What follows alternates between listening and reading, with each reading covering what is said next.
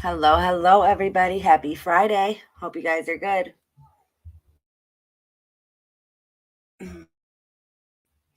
Hope you are all having an awesome day or night, depending on where you are. Glad it's the weekend. So I got a lot that I want to cover today. But first thing I want to start with is our new membership. So we made a new membership announcement. It is on our community page. If you do not get my community post, I know some people don't. We have changed. Hey, Andrew Dominic, Mello, Fred Field, Wendy, Casey, DS, Mom First. How are you guys? Thank you guys for being here. So we have added a couple of things to our memberships, changed it around a little bit. So make sure if you're already a member, go check it out. And if you are not yet a member, go check it out. Check out the perks. And then please consider joining and becoming a member of the family. We would love to have you. I've got some, I know I was going through it and I'm like, man, 13 months we've had our memberships. I mean, that's a long time.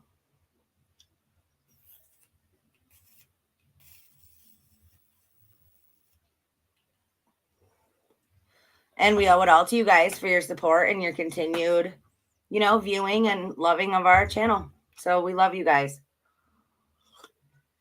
All right. So the manhunt actually, let me pull this up for you guys.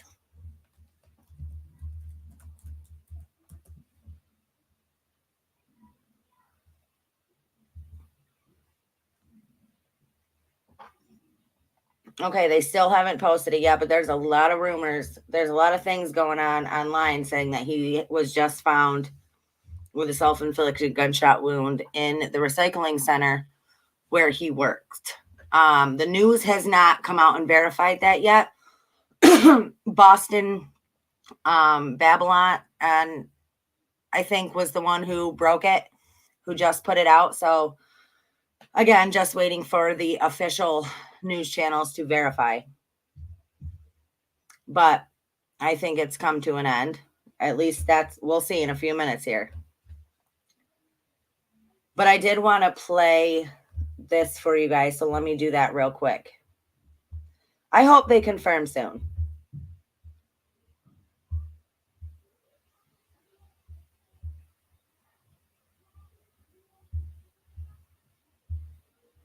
Special Agent Tracy Walder is with us now. Tracy, 200 FBI agents, hundreds of state police, local police, on and on and on and on. The way it seems as though if you don't get them in the first couple of hours, chances go down, takes longer, the perimeter widens.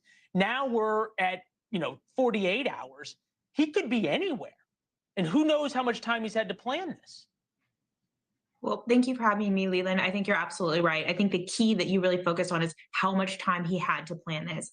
I believe, and I could be wrong, though, that he really did take some time. This is someone that did attempt to threaten a military institution. This is also someone who seems to be hitting targets that are important to him. The bar, the bowling alley, these are all places around where he lived and that he probably went to at some point. And the fact that he ditched his car really close to that waterway, to that river, I think is also indicative of the fact that he was either planning to go someplace else or he was quite frankly planning to kill himself. So I think this is someone that really planned this out, and he truly could be anywhere. I suspect maybe going in the direction of Canada if he is on the move. Look, it would make sense, right? And you would move away from the ocean because you can be sort of hemmed in there, and then they would push him farther towards the ocean. So if they thought they had that.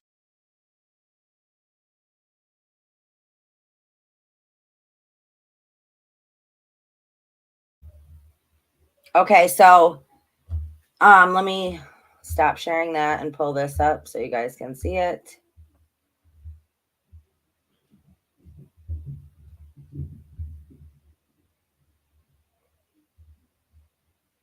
A news conference will be held tonight at 10 o'clock at Lewiston City Hall. We encourage you to tune in to your local TV stations to watch a live stream.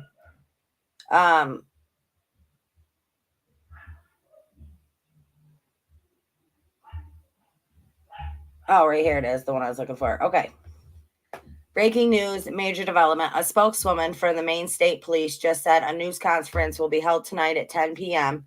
at Lewiston City Hall. No information on updates will be available until then. So that's my guess. My guess is that they found him and they will tell us all about it at 10 o'clock tonight.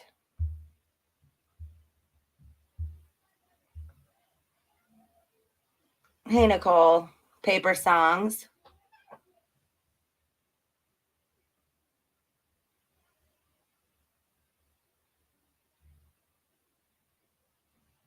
Yes, I think I was, hold on a second.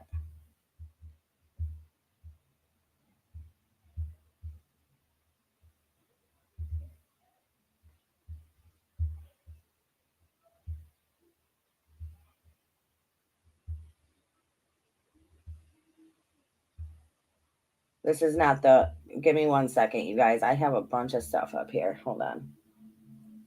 Here it is. All right, let me share this with you.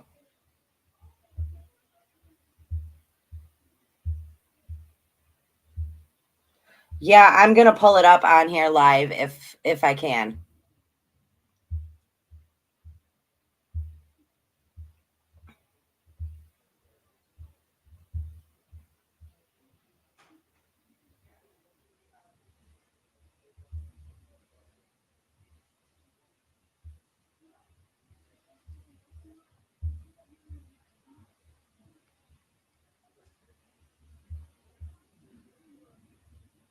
No, you didn't. We actually just started. You just might have missed some stuff I said about the memberships. We changed that around.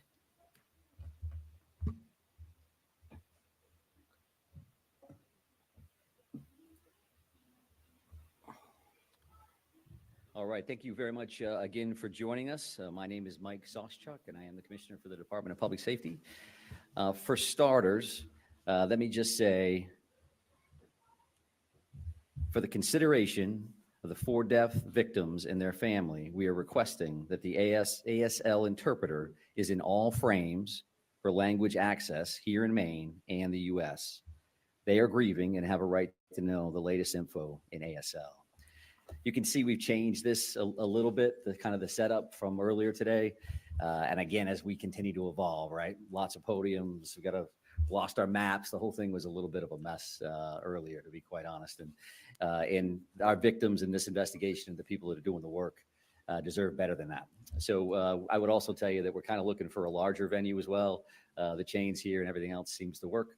We're going to use some technology for some pictures here right off the bat. So I would say that, again, thank you for joining us. It's been a busy day for our law enforcement officers and our partners around the state. I'm going to give some updates from what we found, but the real primary reason I wanted to bring you back in today was we wanted to really identify the victims and show their pictures. We won't get into family backgrounds and their lineage at all, but we do want to show those pictures, give ages. I would say that the families didn't want hometowns listed. They do certainly deserve and want some privacy around these issues, which makes complete sense. And we're going to start with that component of our information simply because that's why we're here, right? This is about the victims. That's why we do what we do. And that's why we're striving so hard. And that's why you're here, because you care about them as well. So we're going to go ahead and load that behind us here on the screen. And I think Shannon Moss can also put that information out following this. Some specifics here, I would just like to note that the families actually approved these photos, sent these photos in to us. For a lot of different reasons. I think some of them show a little bit of character, a little bit of relationships, and some other specifics. You'll just see, again, a picture, a name, an age, and then there's a couple symbols there. And we wanted to be specific enough to what location they ultimately lost their lives at. And again, thank the families for allowing us to even do this. They certainly didn't need to do that. They're working through their own struggles, and rightfully so. So I'm going to start with this and then ask for just a moment of silence before we continue on to our next agenda item. But that top left, as you see it, and that is Ronald G. Morin, 55. And I won't read the venues. You can put that all together yourself. Peyton Brewer Ross, 40 years of age. Joshua A. Seal, 36 years of age. Brian M. McFarland, 41 years of age. Joseph Lawrence Walker, 57. Arthur Fred Strout, 42. Max A. Hathaway, 35.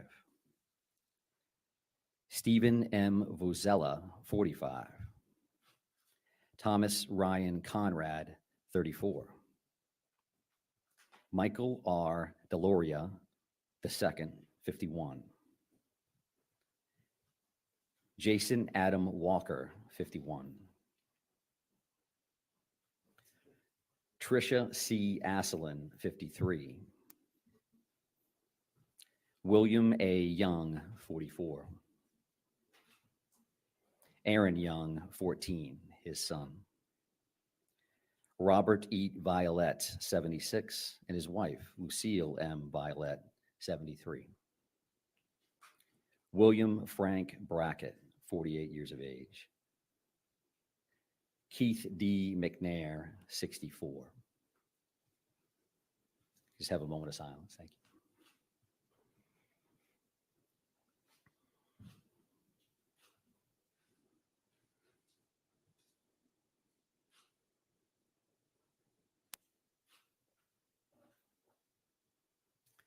Thank you for that. Truly, truly appreciate it. And we do, again, appreciate that to the family. They did give us those photos. I did not, however, have any of the family members pronounce any of those last names. So certainly no disrespect intended if in any way screwed up the pronunciation. So to move on, I would also like to address the numbers of the victims that I confirmed earlier today with the number 8. And I will tell you that's miscommunication on my part. I was wrong. In talking to our detectives, we had a list for people that had been identified and family members that had been notified. There's also a separate list that involved family advocacy and whether or not they had been plugged into that. So the reality here is that all 18 of those victims, everybody that we listed here today, everybody has been identified and their families have been notified. So we were in contact with them. I would expect some more information later tonight, and I'll definitely talk about it tomorrow morning at 10, reference to Family Information Center, a new location, and some material around that, exactly what services will be available at that particular time. But I definitely wanted to make sure that I correct that mistake from earlier. So several other updates from this morning's briefing. I know that Shannon has sent along the aerial maps that we showed or tried to show here on the board. So you have received those. I also think that we had, and Shannon has corrected this as well, but the Pejubscot boat ramp, the proper name there was the Paper Mills Trail and Miller Park boat launch.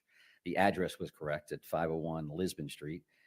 Pejubscot is a little bit further down the river, apparently, and we certainly like and appreciate everybody working with us to make sure that we had the proper location, the proper terminology for that. And other additional updates, the boat launch search of the river, the Androscoggin, they're still out there right now, and they'll be there as long as they can based on the light.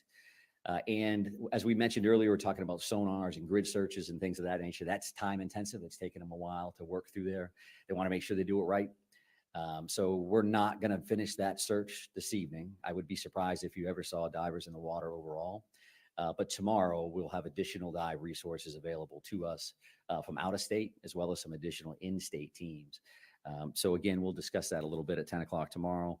but no surprises. We expect that to go over, and that we'll have some assets there tomorrow. They did a bunch of flyovers this morning, as I mentioned. They did the sonar searches, some side, some ROV, and we'll be back on that tomorrow. The bar scene itself, they continue to do their on-scene investigation there, as well as at the bowling alley. They did check those wood lines. They may be back in there tomorrow as well, but that is progressing as expected. And I think another major piece of updates for you now is to talk about the shelter-in-place order and where that's going effective immediately. And I'm not a big reader of orders, but I think this is important that you hear this directly from a couple different sources. We're going to put out a release. There's going to be a cell phone geofence release to some folks. We've used that a couple times already during the active shooter as a warning and otherwise. But the shelter-in-place order is rescinded, except hunting is prohibited in the towns of Lewiston, Lisbon, Bowdoin, and Monmouth, beginning Saturday, 10/28/24, until further notice. The state police continue to search in Lewiston, Lisbon, Bowdoin, and Monmouth for the suspect, Robert Card, and recommend individuals remain vigilant. Businesses may choose to open or remain closed.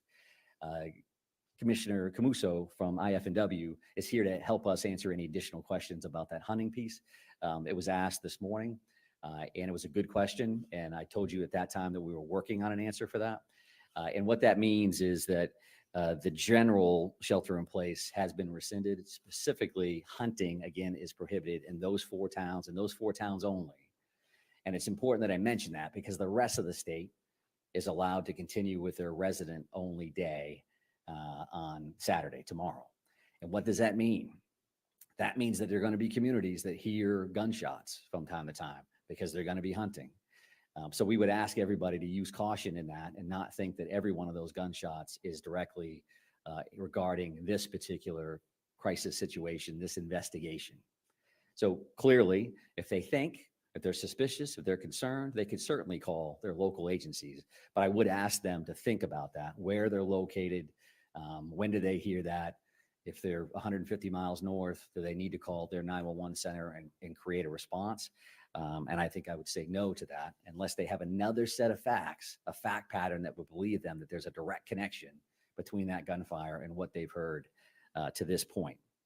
So we had mentioned why we made that decision initially because of the crisis and the situation that we had.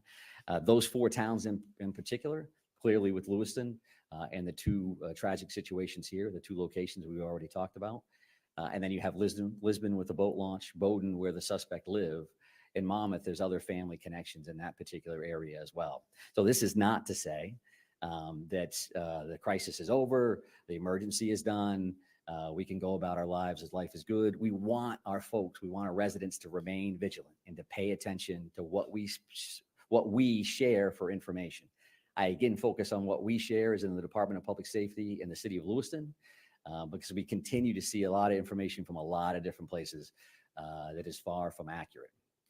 I would also say in that regard, when we say that we're going to meet you here at 10, we're going to meet you here at 10. And when we say we're going to notify you, we are going to notify you in the afternoon if we're going to get together and what time that is. I just encourage you to believe that until I prove you wrong, and I won't. And I say that because we've heard some other stuff. There's going to be a press conference at 1 o'clock. And then our PIO, who's incredibly busy, gets 100 emails that says, is it going to be 1 o'clock or is it going to be this? And you've got a job to do. I get it.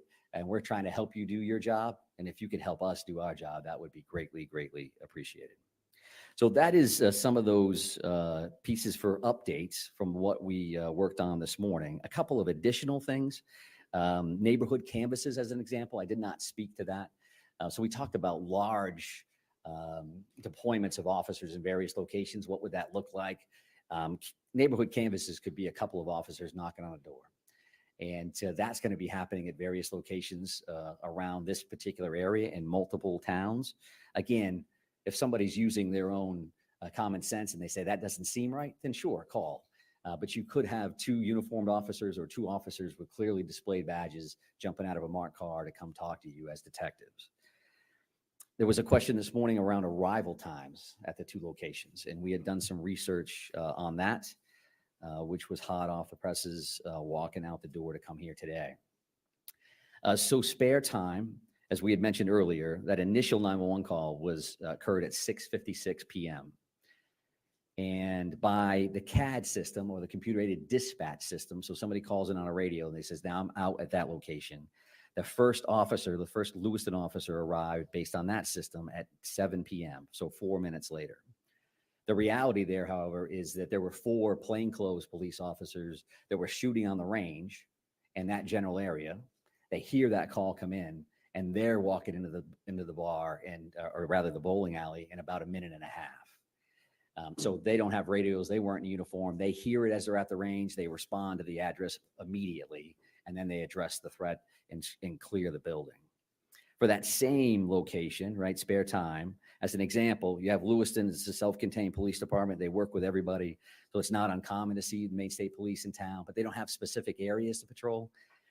Calls came in to dispatch centers for the Department of Public Safety that would control the Maine State Police, as an example, at 6:57, so a minute-ish later, and we didn't have necessarily troopers right inside the town, so 11 minutes later, our first trooper arrives, which is not uncommon, actually, and that's a pretty good response time, considering it's an urban atmosphere and troopers aren't here.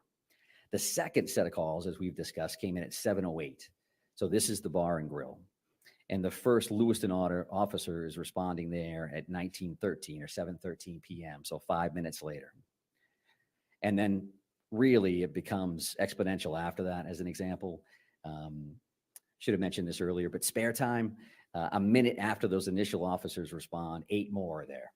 Now we're saying now everybody's starting to roll in at about the same time, and about 10 officers are responding to the bar and grill immediately thereafter. You got the first folks, and then people are just showing up from the police department and other locations. And that particular calls for service for the Maine State Police through Department of Public Safety dispatches, we got that second call at 7:10, about 2 minutes later than the Lewiston Center received it. And we had officers responding and arriving 3 minutes later. So why is that? They're already flying to the first address, and now we got a second call, and now they're diverting to that second call. So it's obviously they're in town, and they're running hard to that location. So those are the arrival times that I was asked about earlier today. I think based on the list that I made this morning, I think that's all we had for information. And I'll just call that kind of updates and follow-ups, things that I knew you were asking. There were some additional questions from the general public, which has been good for us to receive those through these, right? They get a chance to see stuff, and then they reach out and say, what does this mean? We had a bunch of people reach out about that shelter in place, and what does that mean, and what should I do, and what does that look like? And rather than answer those through conversations with city staff, city leadership, police chiefs, we decided to rescind that order again, but recommend that people remain vigilant as they move forward. So I do appreciate them reaching out, and all of that contact has something to do with our ultimate decision. Where do we go from here? So with that in mind, that's the information that I was asked, and the information that I can update. We do have, I believe, the suspect picture up here as another piece. And the reason that we did this is because it's been quite some time. We've seen that photo, and you have a bunch of different photos. This, in fact, has more of the physical description of his height and weight, and his more official hair and eye color. You could guess at that based on some of the photos that you see, but why do that if we can directly give you that information? So if you could freshen up any material that you have there, it does again show that brown hooded sweatshirt and dark colored cargo pants that are in the photo that we had released earlier, which showed him walking in to spare time with that firearm. So I think that's the information that I wanted to get out to you today. I appreciate you coming back or holding on. I know you have long days and long nights. So that piece, you were going to be around anyway, I'm sure. But I am, again, happy to try to take some questions and answers. The chief is here as well, but we did want to keep this tight from an operational standpoint. So, yes, sir. Yeah. 4 officers were at the range, right? Can you just go over that again? Yeah, sure. So officers are required to qualify a certain number of times a year, right?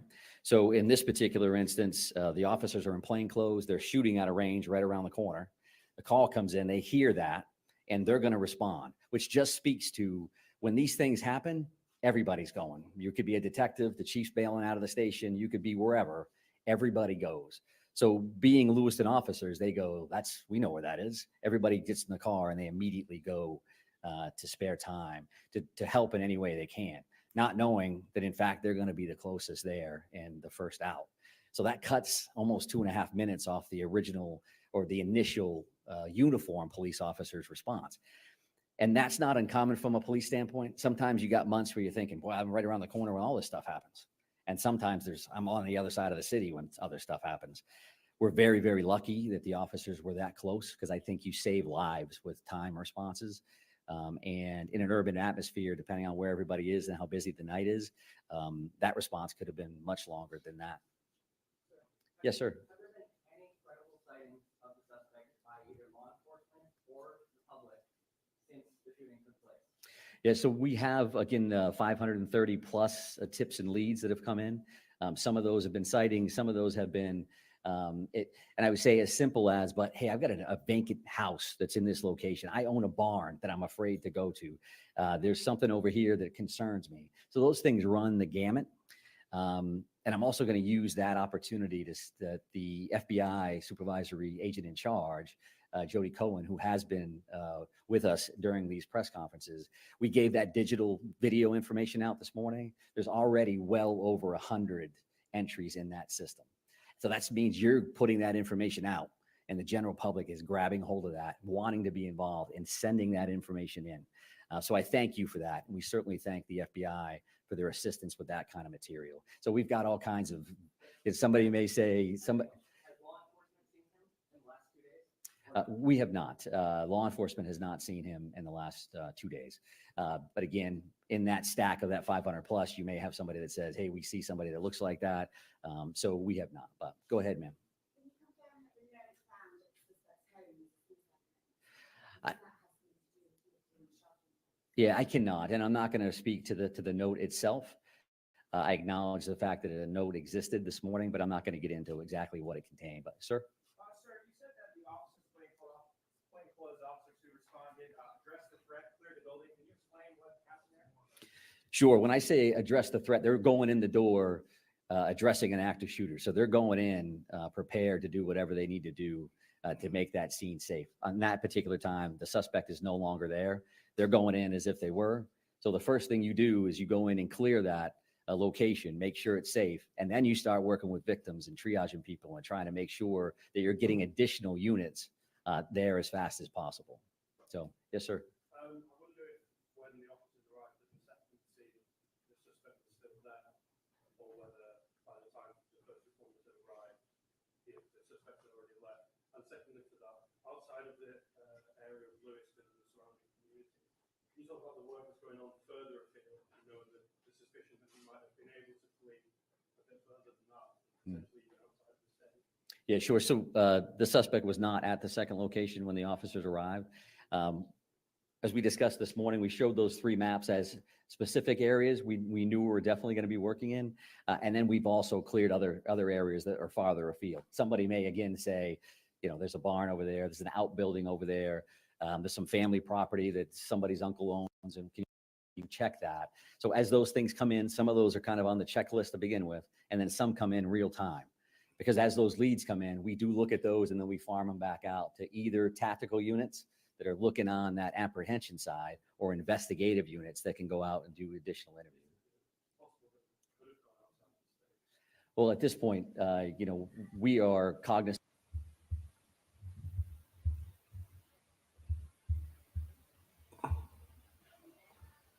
Hey, Larissa. All right, you guys, let me pull this up.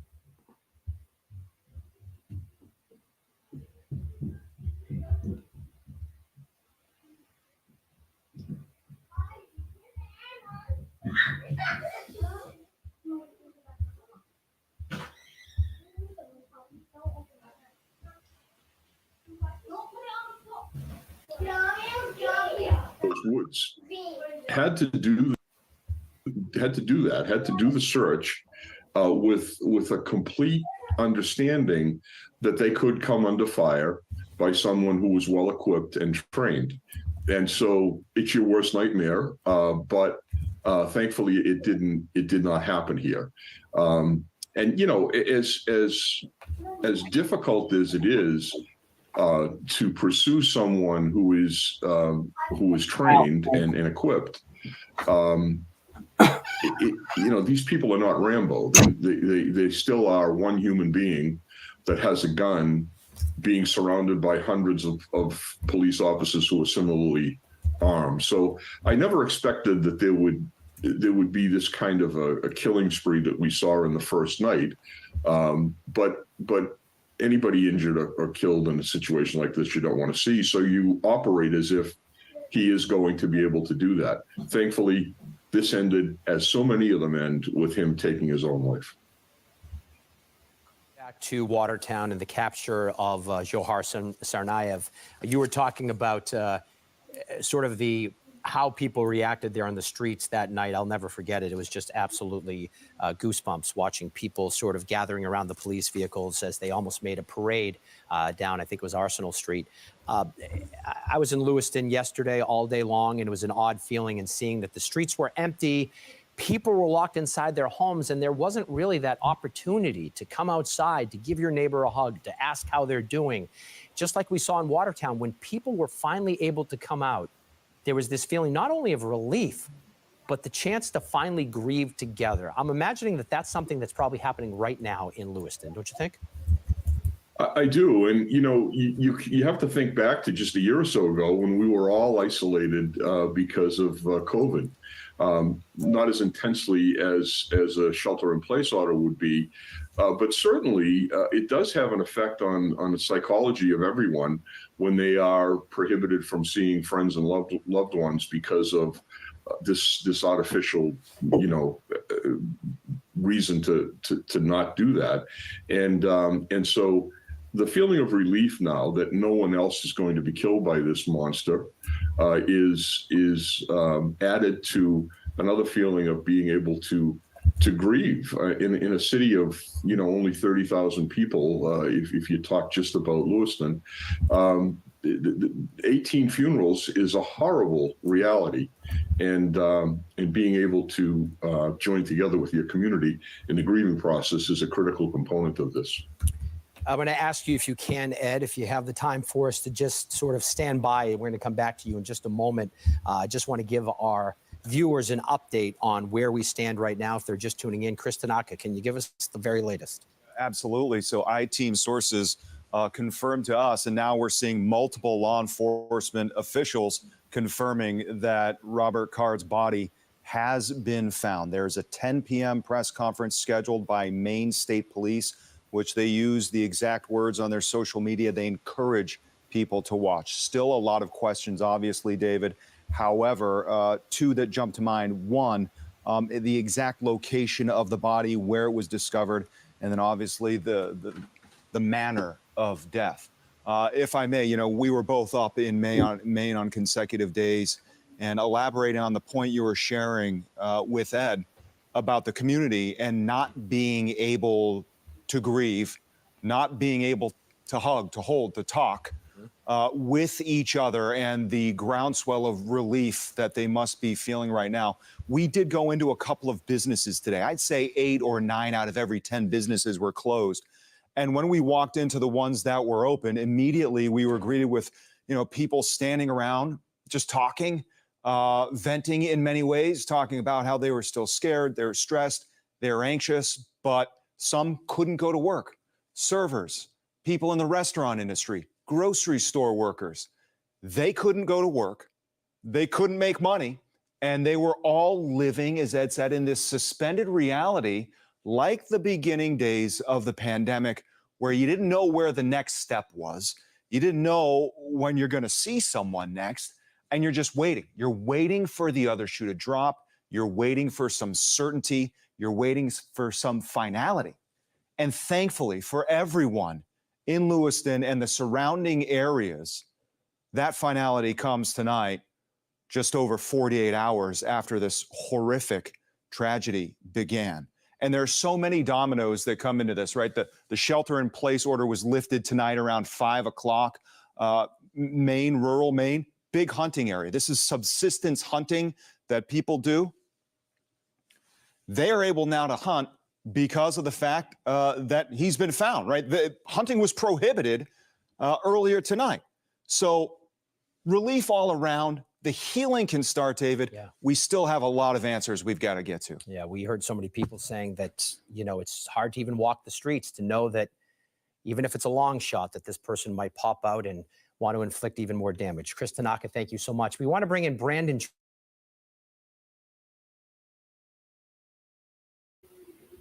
All right. Well, I guess now they can, you know, begin their journey, their healing journey after trying to come back from something like this.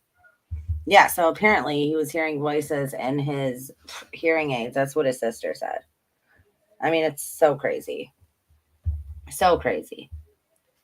But okay, let's move on.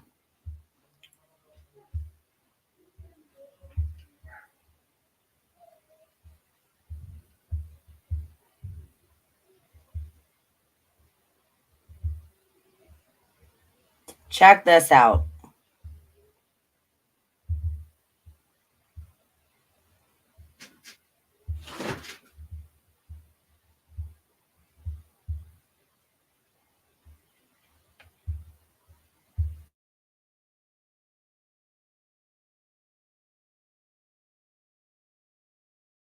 Ms. Marcos, you testified a moment ago to Senator Butler that every child gets a Know Your Rights presentation. Is that correct? Yes. Is that before or after you release them to labor traffickers? Senator, every child that comes into our care gets a Know Your Rights presentation. Have you read that children are scrubbing dishes? They are operating heavy machinery. They are delivering meals. They are harvesting coffee. They are working construction. They are working as housekeepers. They are working overnight shifts at plants where they are not paid. They are not going to school. They are not cared for. They are not giving meals. Almost all of it illegally. Are you aware of that? That's a yes or no. Yes. Do the Know Your Rights presentation help them in those situations? Senator ORR. That's a yes or no, I think. Do you really think that you're helping these children by releasing them to labor traffickers and, yes, sex traffickers? 85,000 children whom you have no contact with, and your answer is we gave them a presentation before we turned them over to these people who are exploiting them on a scale not seen in this country for 100 years, a century. Do you do home visits in all cases? You can actually see where these children are being released, whose care you're putting them in? We do not do home visits in all cases. Senator, I'd really like the opportunity to talk about what we Let's look at what the secretary said to you. Mr. Becerra, the secretary, told the ORR director, that's you, right? Extraordinary times call for extraordinary people. Yes. That if she could not increase the number of discharges, he would find someone who could. That if Henry Ford had run his plants like this, he would never have become famous and rich. This is not the way you do an assembly line. Get the kids out, run them through, get them out to those sponsors, those traffickers. Why didn't you resign when he said this? Do you think that this is morally acceptable? Do you think that this is acceptable to run ORR like an assembly line and to release these children to traffickers? We do not run ORR like an assembly line.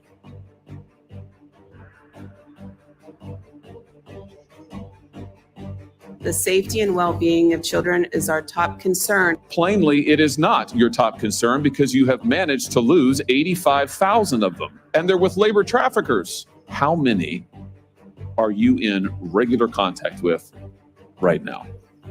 I don't have the specific number. How can you not know? Why would you come to this hearing and not know? Respectfully, I would like you to do your job and not release children to human traffickers. Respectfully, that's what I would like. I'd like you not facilitate the largest child trafficking ring in American history.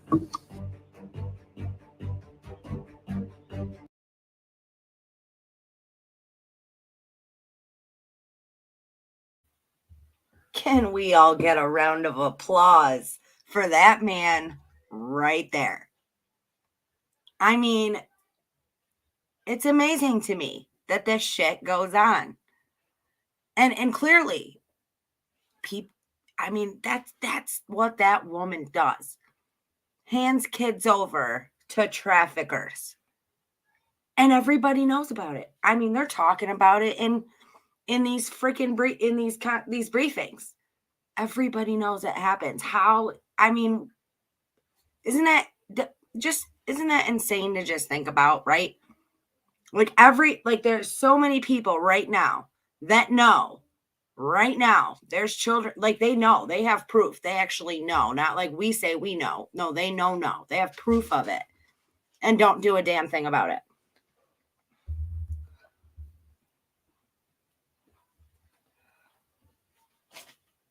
I mean, yes, we need more people to stand up like that, for crying out loud. Yeah. Yeah. Okay. Check this out. This is a good story, I think. 11-year-old girl who fought off attempted kidnapping credits Law and Order SVU for quick thinking. Hold on, I gotta get these. Come on.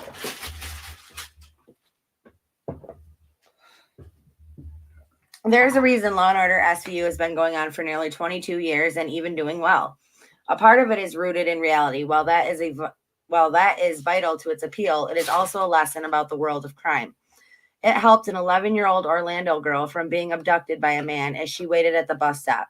She not only managed to fight the abductor off, but she also made it easier for the police to locate and arrest the man within hours of the incident. The little girl was quick. Bella! The little girl was quick on her feet, and Captain Olivia Benson is impressed with her feat as well.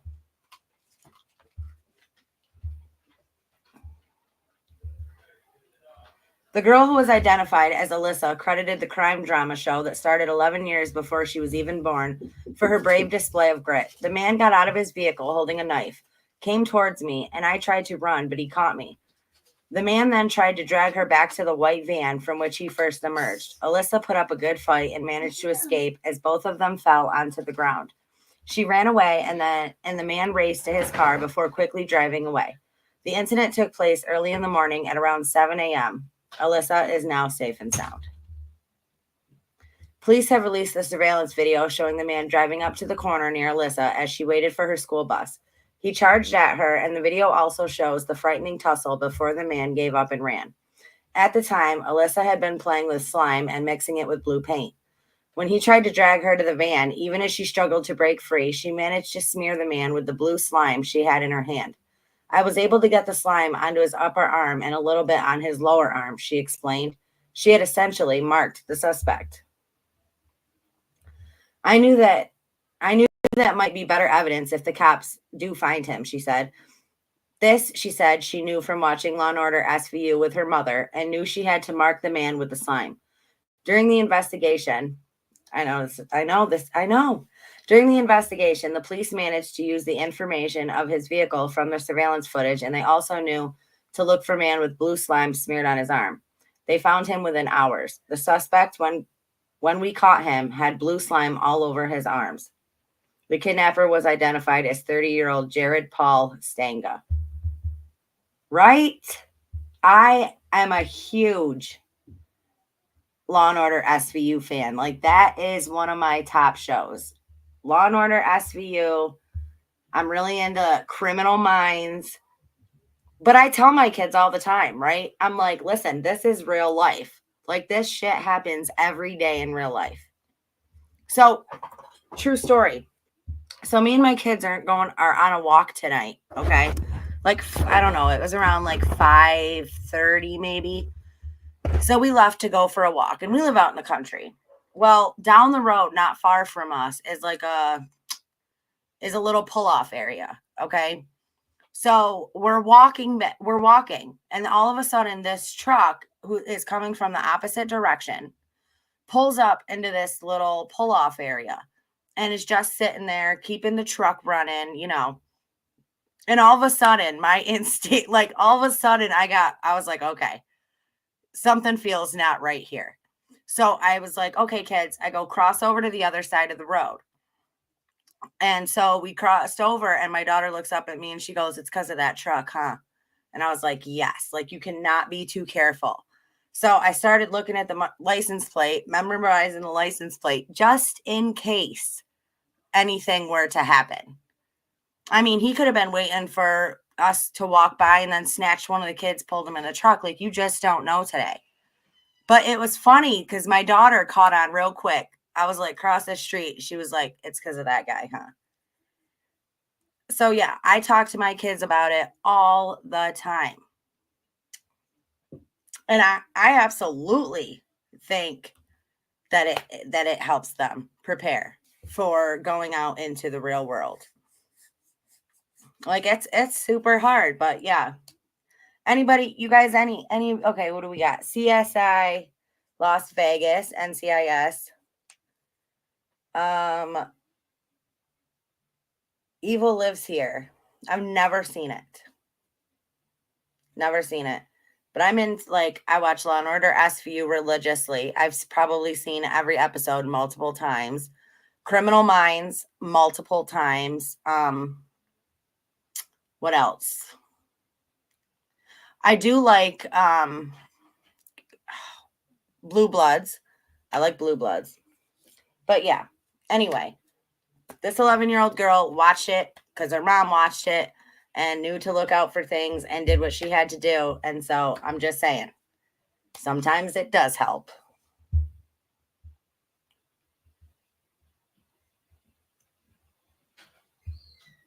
Okay, moving on.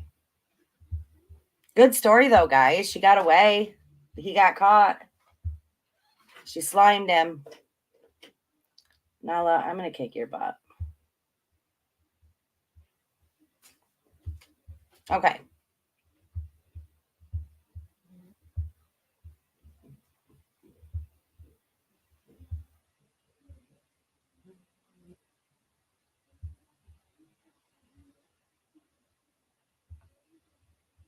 Hold on. I'm pulling this next thing up.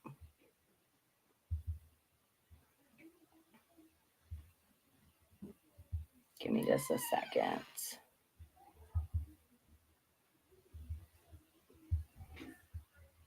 All right.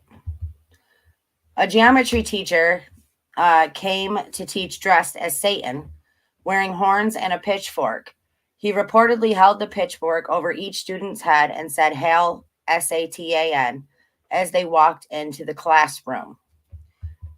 You guys, right now, now it is close to Halloween, but I want to know, would you be comfortable with your child's teacher coming to school dressed as the devil and hailing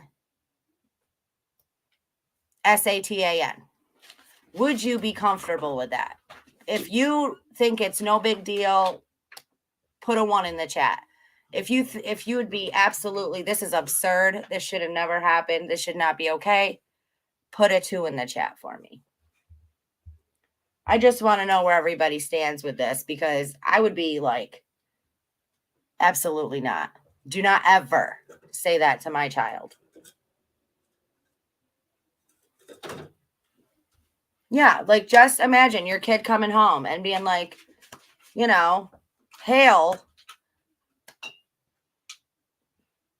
you know who. And you being like, what in the world? And them being like, yeah, that's what my teacher said to me when I walked into school today. Like how, I mean, it's completely crazy. And see, I think a lot of people too don't take it serious. Like there's a lot of people that think it's just all fun and games. I am a firm believer, though, that I 100% believe that there is a fight right now going on between good and evil in this world. I absolutely 100% believe that. I believe it's real. Like it is real. It is good versus evil. And that's nothing to play with, in my opinion.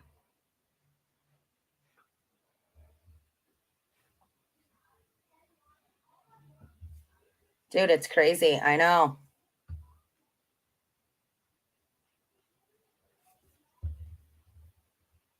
I know. Remember when teachers were just there to teach, right? Just there to teach, you know, reading and writing and math and shit like that. That's it. Remember them days? Okay, moving on.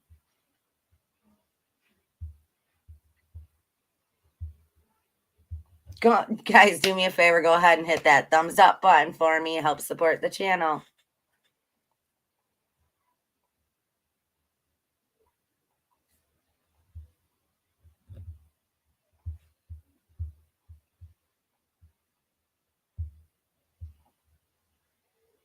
The world's gone. I mean, yeah, it's going to hell in a handbasket for sure. Oh my gosh, I got to play this for you. This is so funny. So cute, but so funny.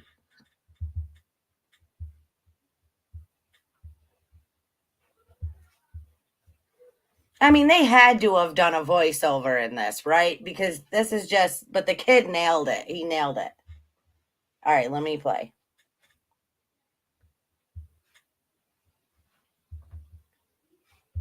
Another edition of the Preschool Apprentice. Okay. Today we had what was called lunchtime. And quite frankly, I'll be honest, I'm not a huge fan of lunchtime. I open my lunch, and what do I have? I have this little piece of bread with a little bit of peanut butter scraped on the side. I hate peanut butter. I don't know why it was in there. The other thing that I hate so badly was grape jelly. I like the raspberry jelly. I got grape jelly.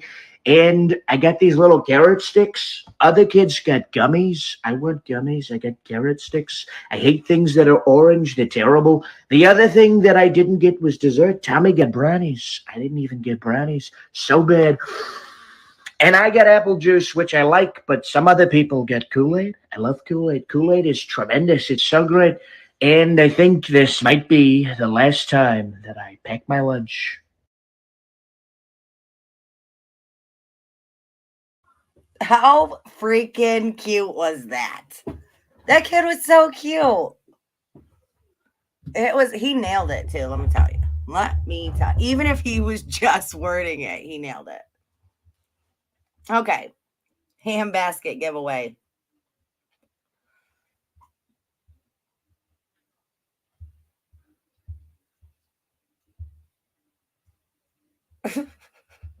Going to hell in a ham basket.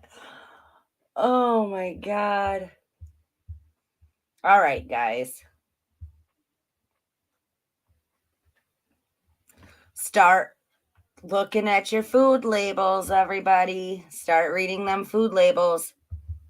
The bugs have arrived. Read the labels. Okay. Akita domesticus, which is a cricket. Okay.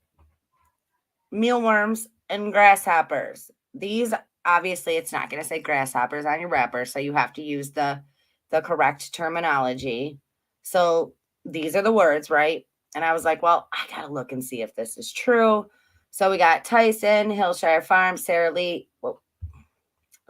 Jimmy Dean, Ballpark, Gallo, Pierre, State Fair, Original, Philly, and Steak Easy that are all using these insects, putting them into the food. I was like, okay, let me check this out. So let me share this with you. Oh yeah, it's true. Check it out. I'm about to show you.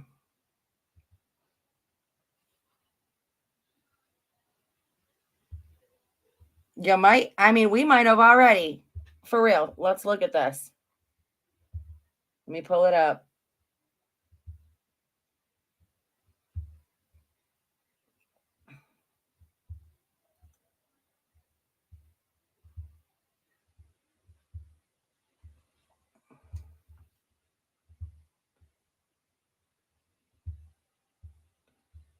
Cricket powder showing up in your food. It is literally like ground up freaking crickets. And they'll put it as Akita, or what did I say it was called?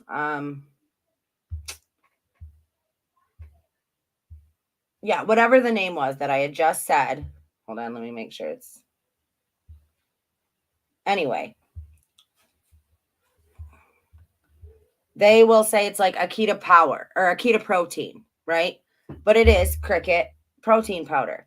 Akita domesticus may be on the label.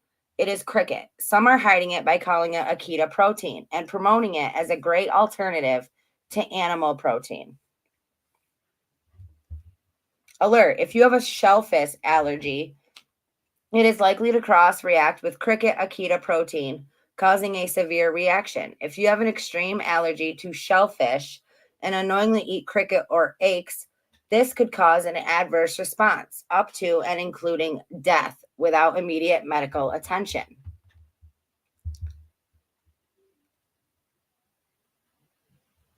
Cricket protein powder.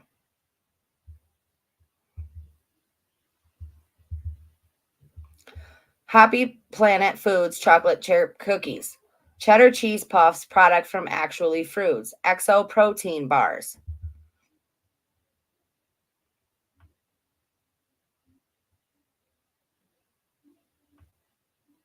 Insane. Now, let me show you this.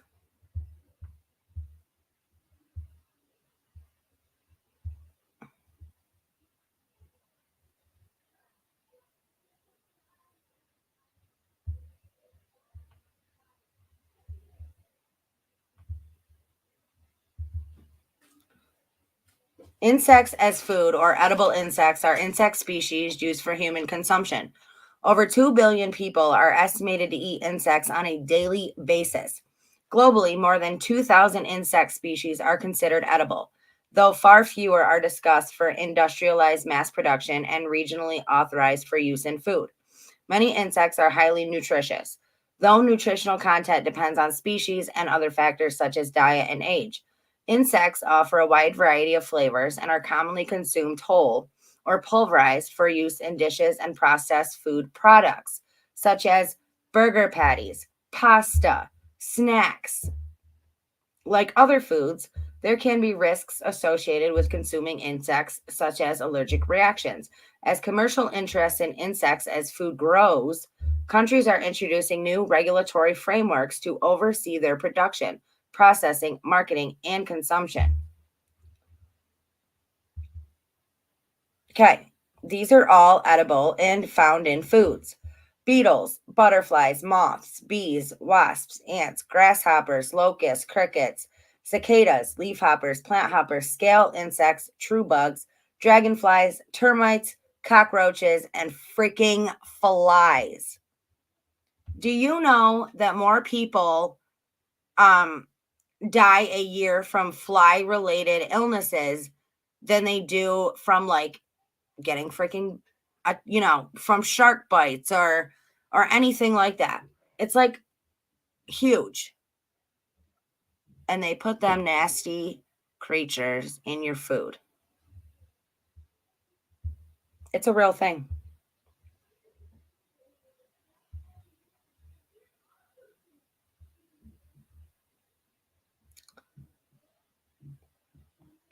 Oh yeah, we better start checking our labels for sure. So gross. Okay. But I thought you guys should know. I mean, let's be real here. All right. Now, check this lady out.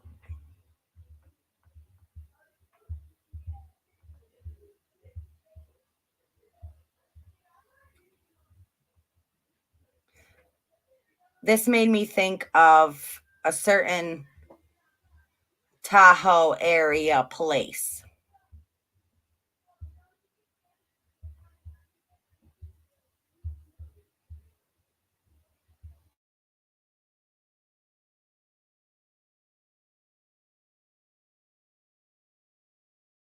People literally think that witchcraft is no big deal, that it's just playing with rocks, or if you've gone into dark magic, that's just your thing.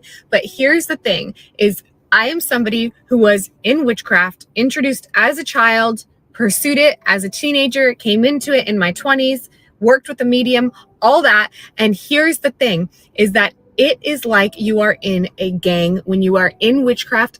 and you try to get out. Now, if you're in it, oh, you're just in it and things happen and you kind of become desensitized. That's what happened to me. I became desensitized to all the demonic stuff, which was a spiritual warfare, all the things that I had involved myself in. I became desensitized to so much evil.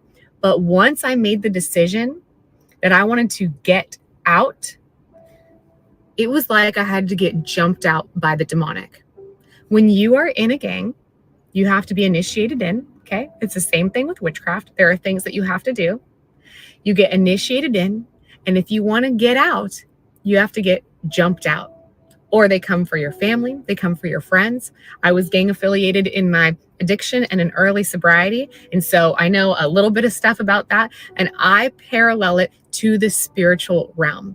When I got out of witchcraft, I got saved, I got baptized, I experienced a lot of demonic stuff, I backslid for a while, and then when I went into that prayer session and I got delivered for 3 hours, right? I had all these demons being cast out of me, been mentally healed, physically healed since. But when that happened, those demons, those witchcraft spirits, those sexual demons, those tormenting, foul, wicked, unclean things that the Bible talks about, they came for me. They came for my household. And we were literally under siege. My roommate, my ex, we had experienced a ton of warfare as a result. Crazy. I just recorded this whole second part of the video and it randomly just vanished. I hit the next button and it vanished. That's how you know the enemy doesn't want you speaking about what you were going to speak about. During the month of October, there are so many rituals and things that are going on that people don't even know about. Witchcraft is intensified during this month. And in October, every single year since deliverance, I can feel the pull of the enemy. So if you are feeling the allure, the pull to watch scary movies, to go to haunted houses, to be a part of demonic things, to even celebrate Halloween, I would highly, highly, highly encourage you not to. Now, you have the Holy Spirit, and the Holy Spirit leads you. If you're a Christian, you follow that. But I would highly, highly doubt that the Holy Spirit is going to lead you into dark festivals that glorify fear, that glorify death, and that glorify the demonic. Guard your mind, guard your heart, guard your eye gates, and guard your ear gates. There are shows coming out like Hocus Pocus 2, Haunted Mansion. Do not watch these things because you open your home up to the demonic. And I'm going to tell you something about the devil that maybe you don't know or don't think about. The enemy does not care about vulnerability. He does not care about your children. He does not care about your weaknesses and your ailments. In fact, he will capitalize on that. So if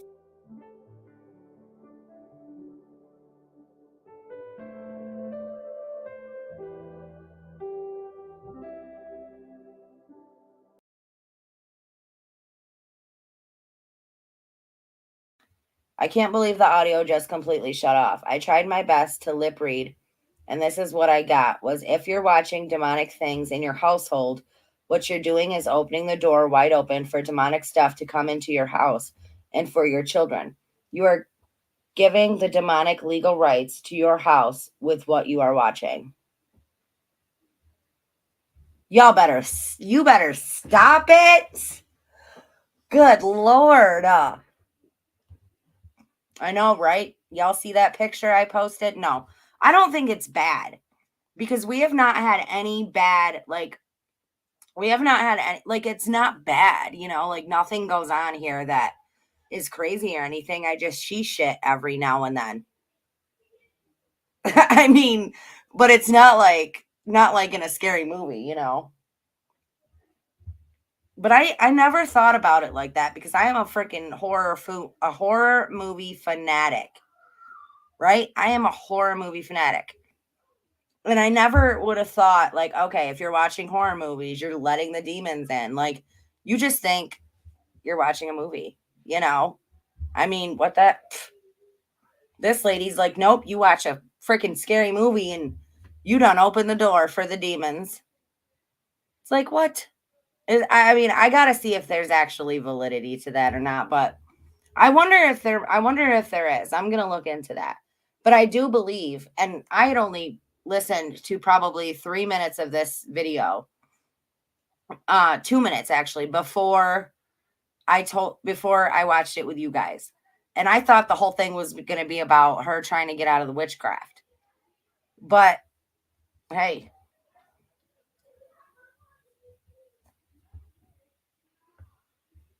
what are your guys' favorite categories of movies then? Mine got to be horror and comedy. Those are my top two. What do you guys like? Throw it in the chat. Let me finish this lady's video. Oh, yeah, that's right. There's no voice.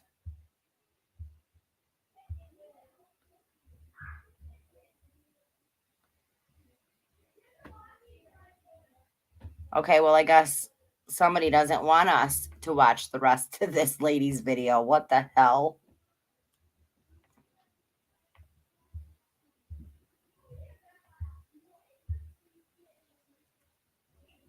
Oh, that's weird. How weird is that? Now it won't even play.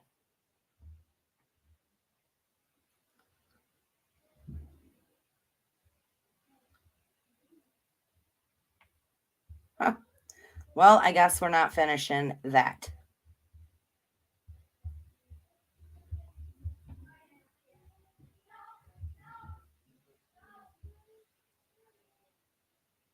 Oh, thanks, DS. I like that category too.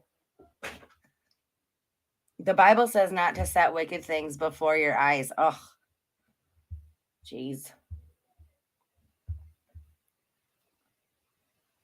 Okay, I wanted to play this. Okay. So this is a kid. I'm not going to use the volume, but this is a kid on the bus, okay? Beating on his bus driver.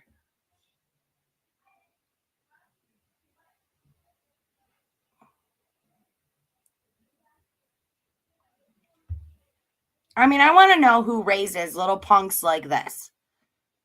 Like, how does this happen? Don't people see that the young generation I mean, is so freaking lost.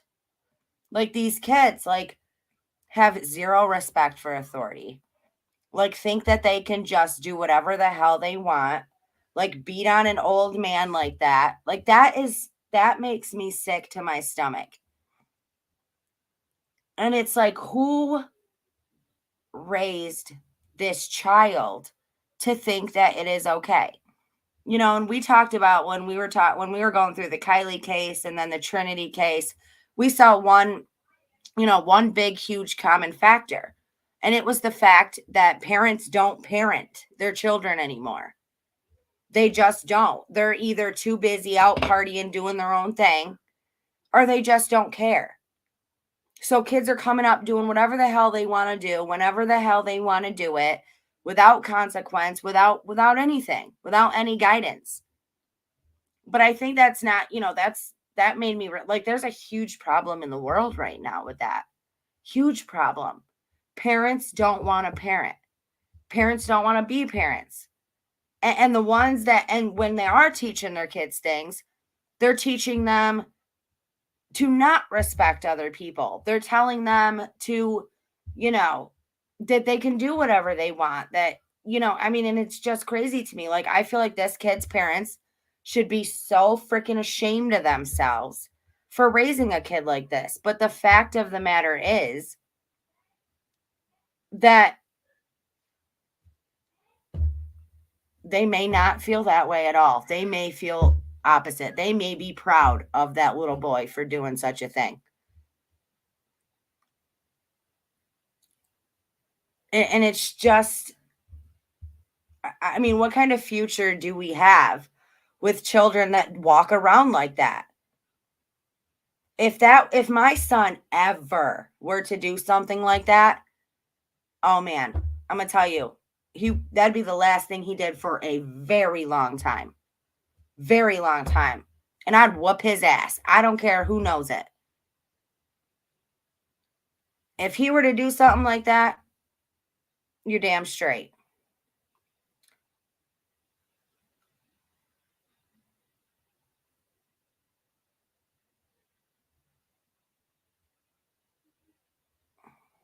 I mean, it's just so crazy to me. Like, what is going on? And that does go into the schooling too, right? Because parents are allowing their children to soak in all this garbage and trash at school all day. And they're not teaching them what's correct at home. So what's you know what I mean? It's just like, holy cow. Like, that is just so sickening to me.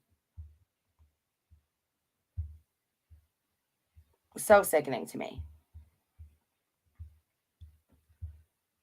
But I think that's a problem right now. Is lack of parenting and lack of morality. Nobody's being raised with morals anymore. Nobody is being raised, you respect your elders. You freaking do what, you do what you're asked to do within reason. You are respectful. I mean, it's not rocket science. It's not like you're asking them to do anything hard. Ay. Okay, moving on.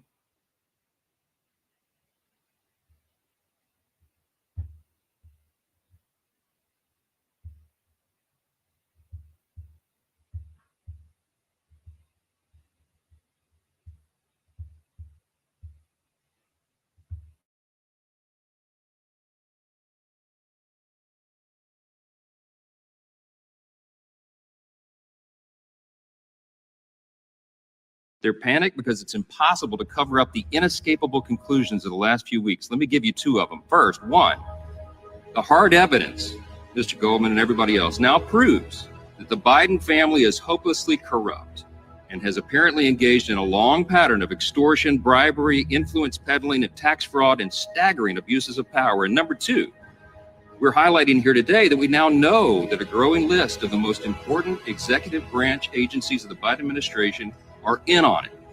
They've also been corrupted. They've been weaponized to help cover all this up. First family's crimes. When we summarize all this stuff, it sounds like a premise of a dystopian novel or something, but it's actually happening right now on our watch. This is not conspiracy theories, this is evidence. Our hearing today is to put a spotlight on one more of these incredible avenues of unprecedented corruption and government cover-up.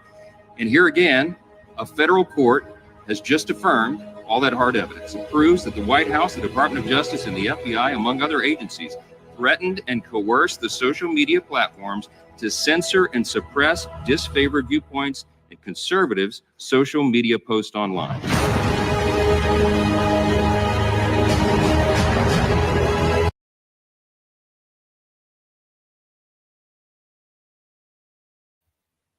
That's another problem with this country, though. And we can agree to disagree, but they have all the evidence of how freaking corrupt the government is, and nobody does anything about it. Not a damn thing. They have so much evidence of so much corruption within the House, within the Senate, within the White House, within these politicians. There's so much evidence, so much corruption, cover-ups happening all of the time. And it's all there. It's all in black and white, and nobody does anything about it. Does violent give the kids always play don't help any?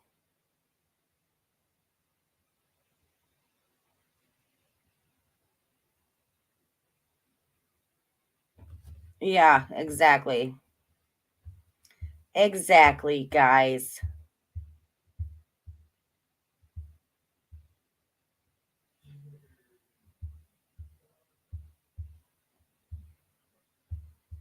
Now, I'm going to pull this up. I know he's been found dead. Now I feel like I can talk about this. Okay, let me read this to you. Now, somebody posted this earlier and said that it was from Robert Card. It says anonymous, but it said leaked Discord logs 1025. Okay, I'm going to read through these. I can't stand these damn non-whites ruining our country. They don't deserve to live. I've had enough of this political correctness bullshit. It's time to take matters into my own hands. I've been trained to kill, and I'm damn good at it. These people will pay for what they've done to our country. It's time to make a statement. I'll show them what a true American is capable of. They don't know what hit them. I've got my guns and plenty of ammo. Let's make America great again by getting rid of these scum. I won't stop until every last one of them is gone. This is my duty as an American. They can't hide from me. I know their patterns, their hangouts. I'll hunt them down and take them out one by one. The Army trained me to be a killer, and I'll use every tactic I learned to make sure these non-whites regret ever stepping foot on our country. No one will stop me. I have a mission, and I'll see it through until the end. God bless America. Now I'm going to tell you, and a lot of these people seem to agree with me, that this is a load of crap, and I believe this was faked and put out, and somebody just said, hey, this is Robert Card's, Discord, blah, blah, blah. These are messages he put. And I'm going to tell you why. Look at the victims. According to this post, he's a crazy, racist lunatic who wants to take out anybody that's not white. Look at the victims. They're all white. That's how I know that this is a load of crap. And by the way, nobody's going to say, I was trained by the Army to kill and I know how to do it. And nobody would say shit like that. And you're certainly not somebody who is, a little bit intelligent is not going to go put that shit on Discord. Now, I know that like school shooters and people who have done things like that have had manifestos and have had, posts on social media that nobody found, that people were like, oh my God, like there was clues that he was going to do that. There was none of that with this man. None of it. And everything was okay. His sister was like, he was the most kind-hearted person, yada, yada, yada. Until he got these high-powered hearing aids and he started hearing voices in his head. Okay? And the family tried to convince him that it wasn't real. Like Chad said, I wonder why his sister-in-law or his brother or somebody wasn't like, well, let me think about this. You didn't start hearing voices until you got these high-powered hearing aids. Let me see one of them things. And try it out to see if you heard anything in it. You know what I'm saying? Just to try to calm him down, just to try to tell him listen, we're trying to help you here. But it's just, the whole thing is so freaking bizarre. And there's so many things that just don't make a lot of sense, if you know what I'm saying. And listen, I feel for the victims and their families. I do. This is totally uncalled for. This shit should never happen. Ever. It's just the whole hearing aid thing just is so weird to me. And he heard voices and people talking about him while he was at the bowling alley. And he also heard people talking about him and heard voices while he was at the restaurant. That's why they're saying that's why he targeted those two places. But I just wanted to say that there is a lot of shit like this going around. And, I'm just saying it doesn't make any sense. It doesn't fit with what he did.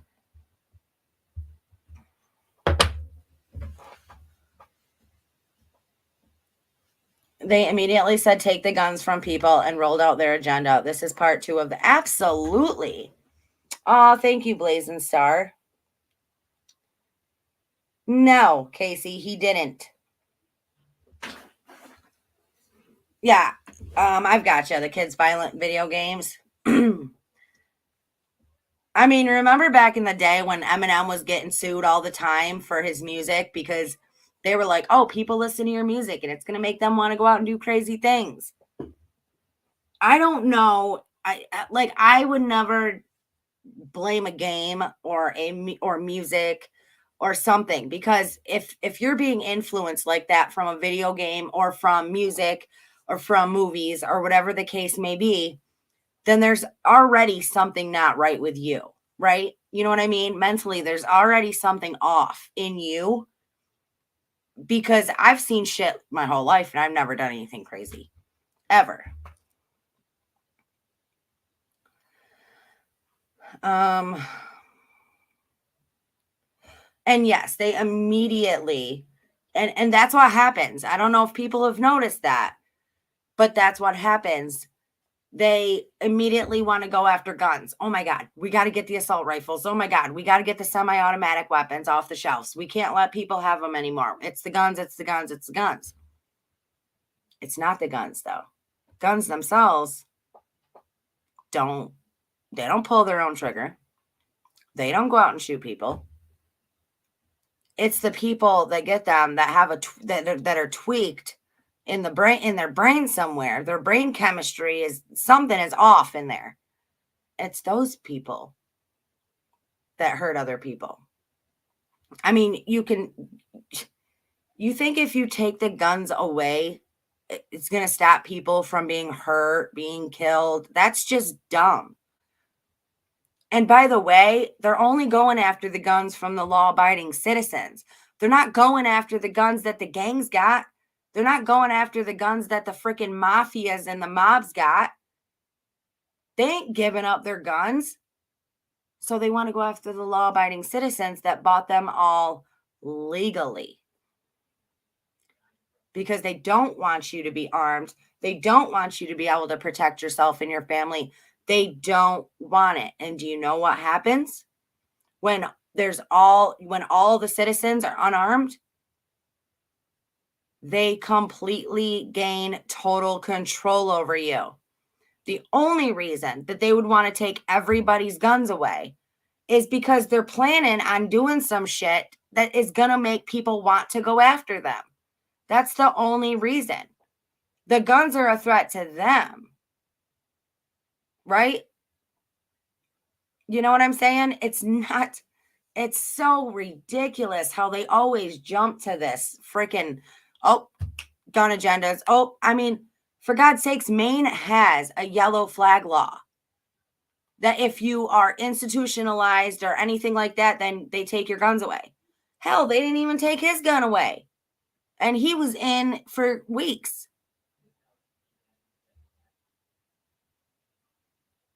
But you, who went and got a permit or went and got the gun and bought it and did the background check and did all of that, it's your guns that they want.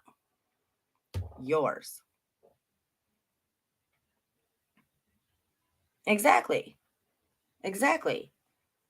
Because if you can't protect yourself and your family, then you are what? You're an easy target.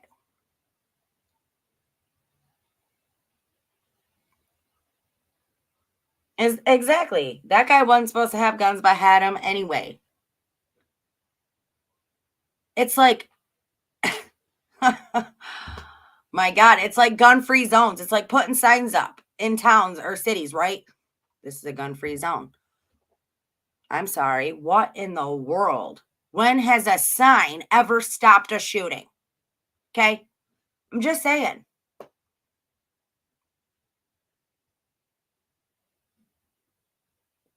I know a lot of these shooters hear voices. You know, this guy is being, and he did a terrible thing. But I'm saying, look what happened to Audrey Hale when she went in, I don't even remember if it was a he or a she, when the transgender shooter went in and shot up the Christian school and had a freaking manifesto that to this day still has not been released. Nobody's talking about her. Nobody's talking about that shooting anymore. Everybody's moved on.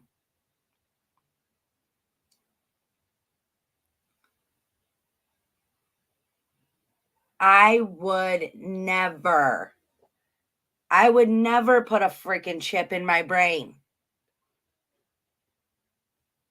I mean, honestly, right now, would any of you ever consider getting chipped in your brain, putting a brain chip in? 1 for yes, 2 for no.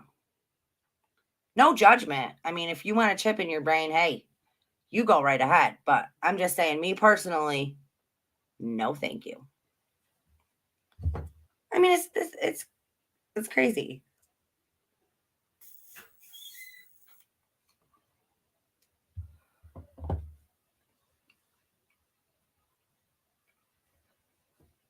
Remember, our forefathers fought for our freedom and the right to bear arms. We are the last holdout. They want control. People got to look into patents. That's where shit gets crazy. And hell no, buddy 2 all day. Like, yeah, exactly. Exactly. I've looked into a lot of, dude, you'd be, I mean, people would be amazed. You know, I think if you could like collect all of this data, right, that show, look at all these patents and who they're owned by and how long they've had them for. It'd blow your mind. You'd never trust another living soul ever again.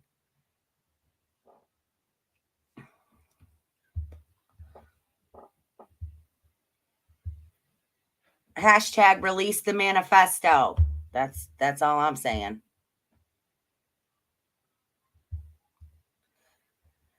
All right. Chelsea Grimm still has not been found. I mean, how crazy is this? Again, not been seen, actually seen since the 29th, I think it was. Now, here's SF Investigates tweet. Yesterday was my 7th day of searching for Chelsea Grimm between last week and this week, and was the last day I was contracted for. I am going to search today after I ship off the evidence to the lead investigator.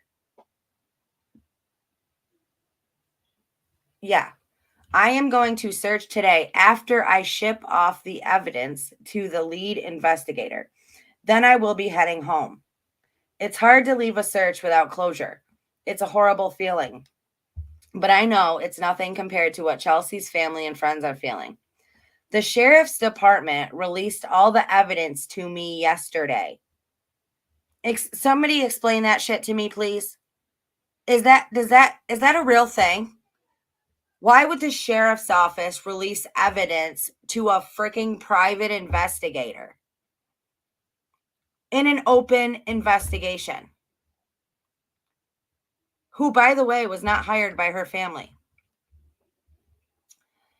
The sheriff's department released all the evidence to me yesterday. Computer, camera, everything they took into evidence. There was a lot of information learned overnight, but still many unanswered questions. I will do a more thorough wrap-up when I am home tomorrow because there are some amazing people in Williams and Ashfork that nobody knows about that have been out searching for Chelsea nearly every day, and I want them to know how appreciated they are. I got to meet those people. They searched with me. They are kind and caring people doing a wonderful thing, showing up for Chelsea. I hate to think the snow is coming in just weeks. If she is out there, I hope and pray this is a walk-away situation, a reset at life, and she appears. This is such an unbelievably complex case, far more complex than the public knows. I don't have the answers. I only have my conclusions based on what I have seen as evidence, and I could be completely wrong, but I do not believe this is a crime. Chelsea needs to be found. I will search today before I head out of town. If I don't find her, I hope someone does. She needs and deserves to be found. She deserves that respect.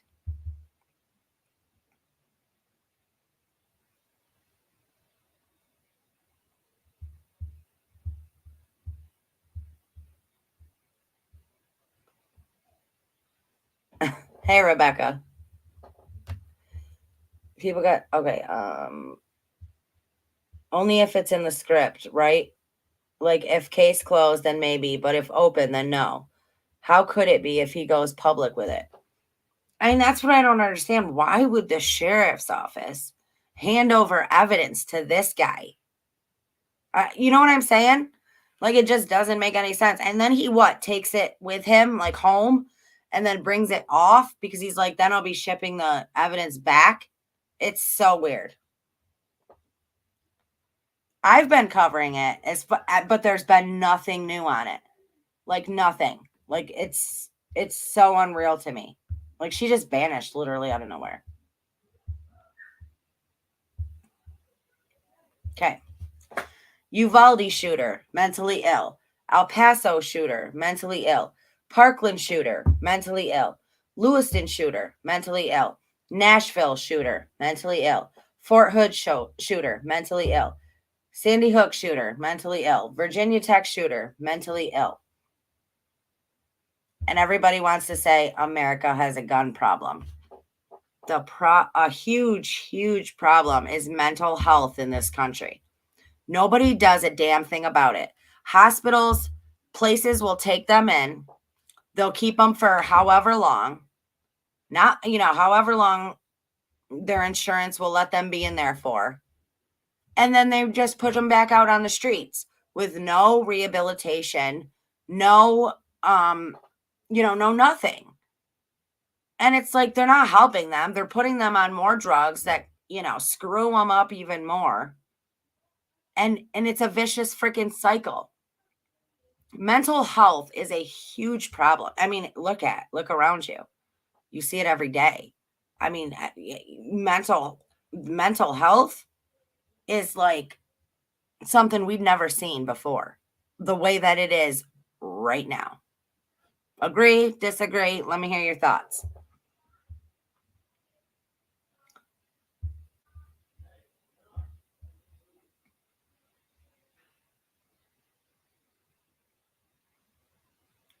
Who is this guy?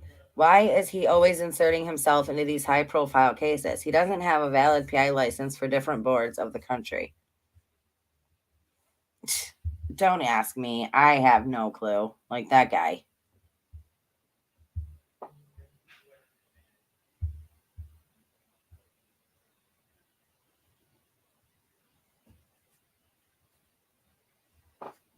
Yeah, and exactly that. It all ties in together.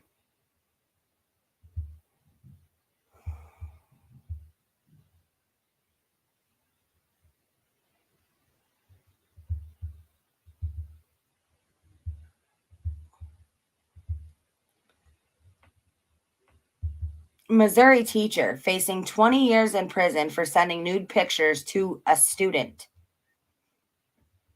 A female teacher in Missouri allegedly sent nude photos to a 16-year-old student and invited him over for sex while her husband was out of town. Ricky Lynn Laughlin, 24, a special education teacher, that makes me sick, at St. James High School, is accused of sending the explicit images and pursuing the relationship over Snapchat with a 16-year-old student. I cannot wrap my head around this. Why people do these things? Like, I feel bad for her husband, right? Her husband's got to be like a freaking 16-year-old kid. You know what I'm saying? Like, oh my God. Mental health. Ding, ding, ding. The married mother of one faces 6 felony charges for the alleged actions with the student. Laughlin married Grant Laughlin, 23, in June of 2022, and they have a 1-year-old daughter together.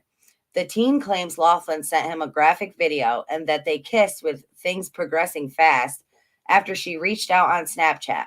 Laughlin allegedly invited the boy to her home for sex while her husband was away. The student made excuses not to meet her due to feeling uncomfortable, he told police. After rumors spread, Laughlin asked the teen to delete their exchanges, citing fear of jail. The school district reported the relationship, and detectives found some of the nude images. Laughlin allegedly didn't deny receiving photos, but insisted the student initiated things.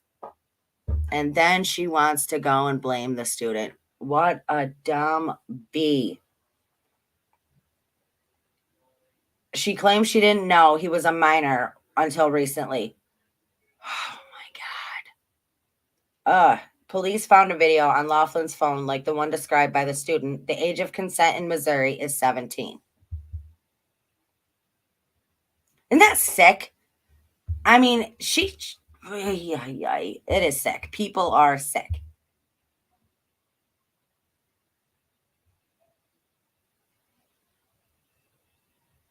I know, what was that woman thinking? But like I said, imagine what her husband, right, feels like. I mean, holy cow. Like, if I was him, I'd be like, you sick, twisted. Like, I want nothing to do with you ever again. Like, you should.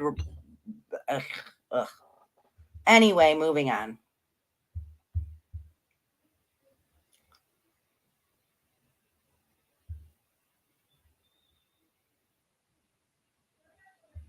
Exactly. She should know better.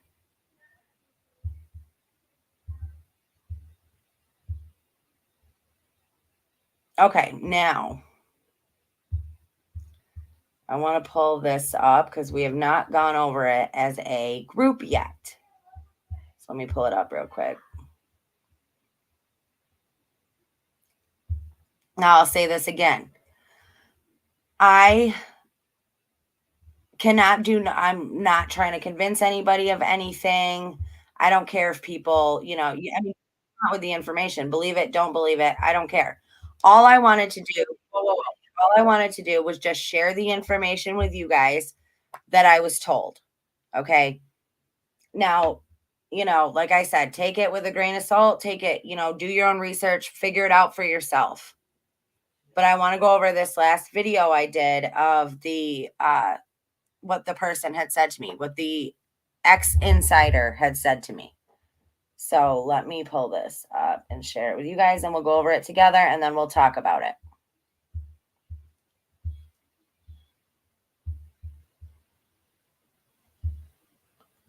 Now, I wrote down what I was told word for word. Okay, so I'm reading it as I'm telling it to you guys.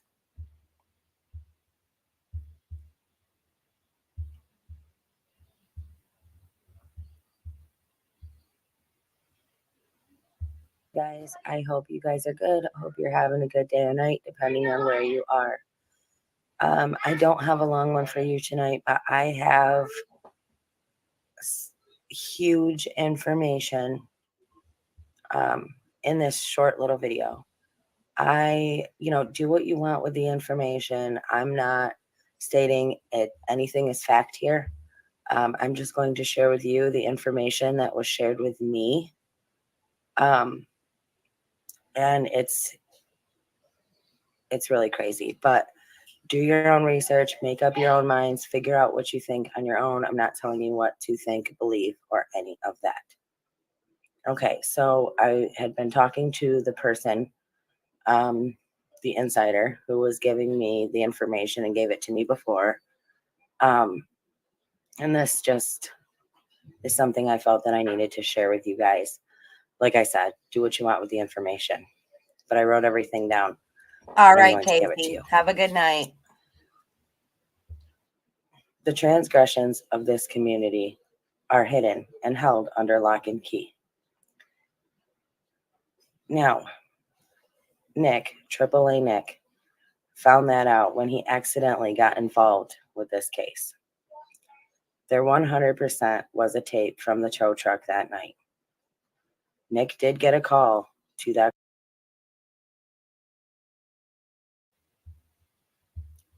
Hold up. Larissa, are you still in here?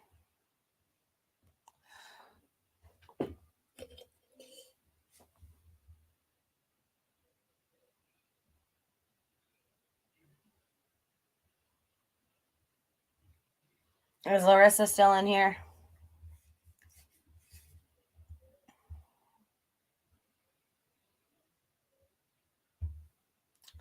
Give me just a second, guys.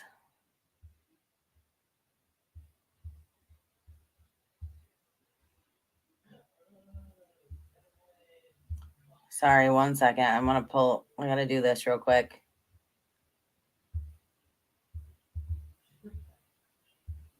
Don't go anywhere.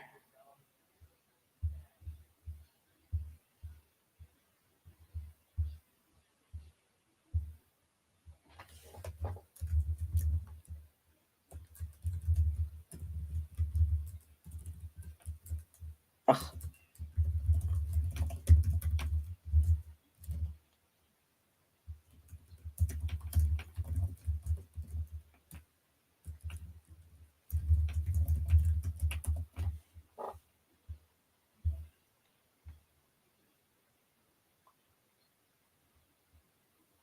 I haven't seen her. I gotta watch her ones on Nick. I haven't seen them ones yet. Give me just a second. I'm trying to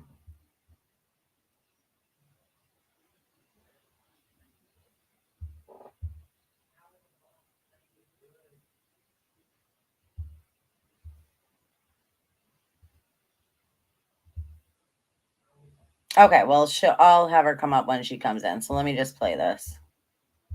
A car, and there was a video. AAA was called because the two people in the car didn't know about the car's problem with slipping out of gear. They couldn't figure out why the car wouldn't start, and they panicked because their job was to get the car into storage. By the time that Nick asked his... Okay, now I want to pause it right there because I know a lot of people were like, well, I don't understand why they would call AAA in the first place. I don't understand it. So what I was told is that this guy and this girl had, their job was to literally get the car from there to put it into storage. They couldn't figure out why the car wouldn't start. So, good night, Casey. They couldn't figure out why the car wouldn't start. So they thought, well, we don't want to, you know, they didn't want to call their whoever, you know, they didn't want to say that they weren't able to get the job done. So they thought if they just called AAA, it'd be no big deal. They'd get the car started and then they'd be on their way. Okay. I don't know how these people think or what was going on in their mind, but that's just what I was told. Okay.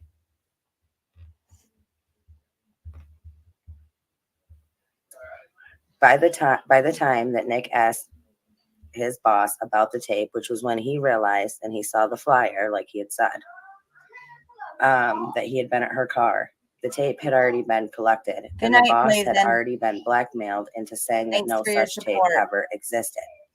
And in so also discrediting AAA Nick. Please, everybody, hit that thumbs up for me. Please consider subbing to the channel if you are not a sub already. And please check out our new membership and new membership perks. And please consider becoming a member. Anybody, we got a lot going on in the background right now, behind the scenes. We're trying to get some things going. So if anybody wants to and can afford to do anything extra, you want to help out the channel, the links are down in the description below to do so. I mean, how would they explain? Now, this is a big one, guys. How would they explain a sheriff's son and a politician's granddaughter driving around in a missing 16-year-old's car? They couldn't let that tape get out.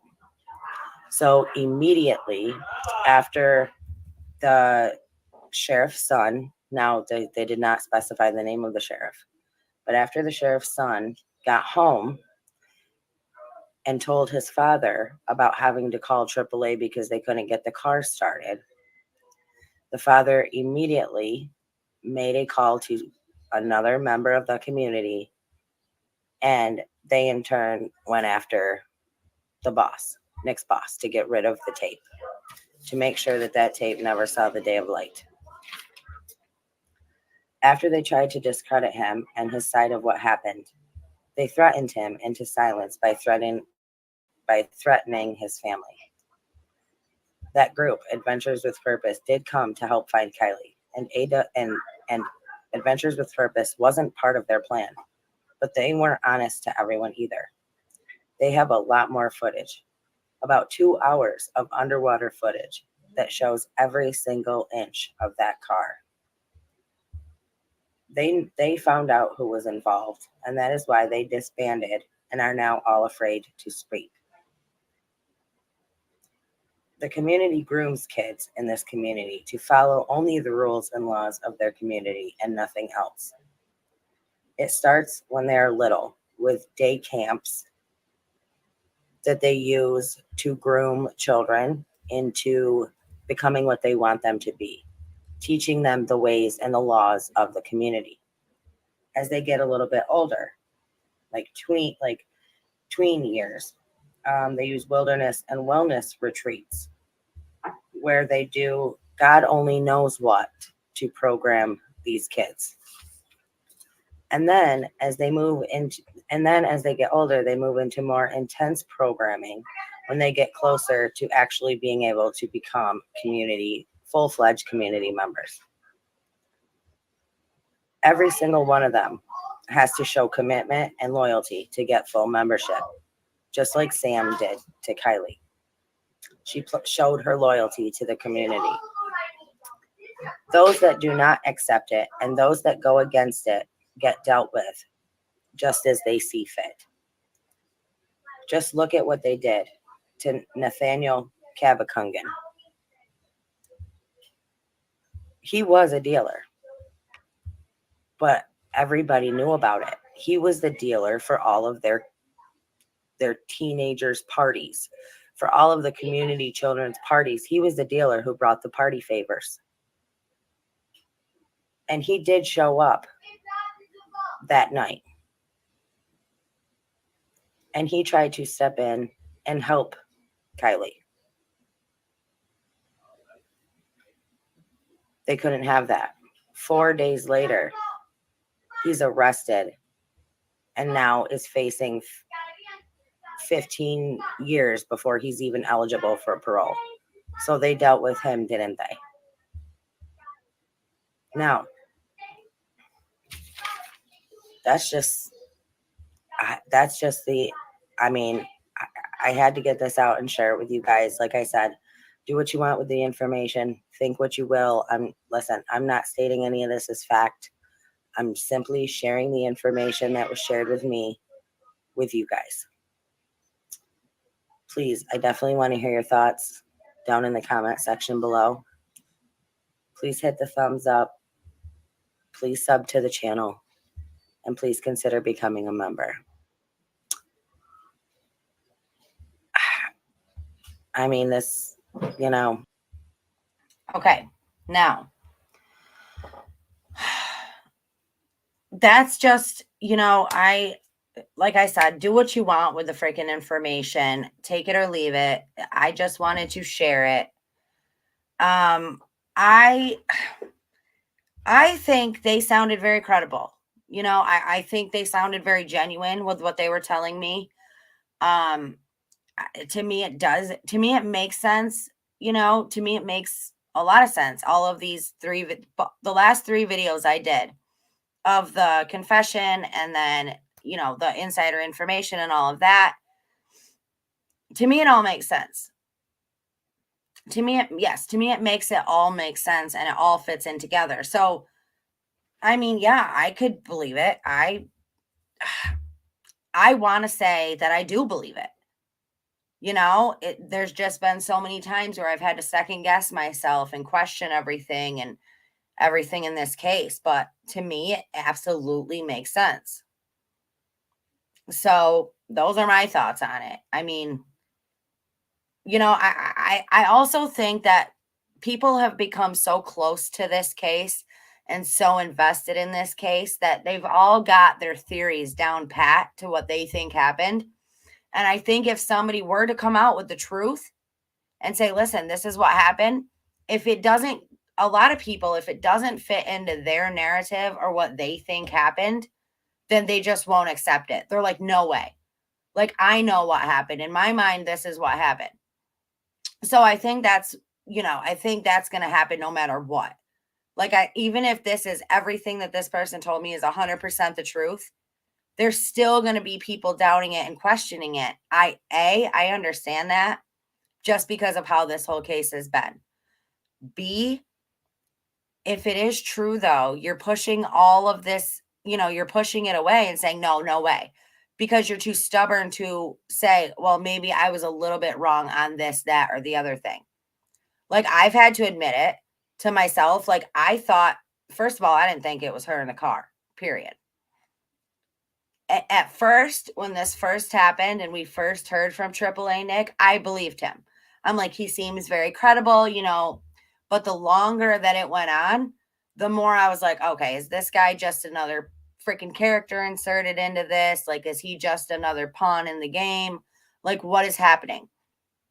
So I did start to question him later. And I never really landed anywhere as far as AAA Nick was concerned, because I don't know. I mean, the case is so insane. So I never really landed anywhere as far as he was concerned. But I understand people questioning it.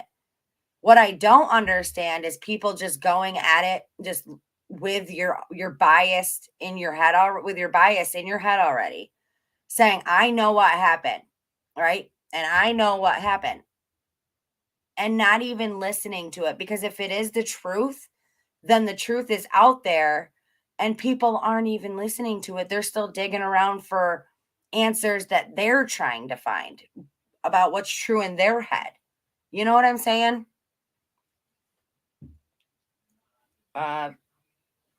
Absolutely credible, makes perfect sense, fills in every gap, and gives reason to everything that didn't make sense prior.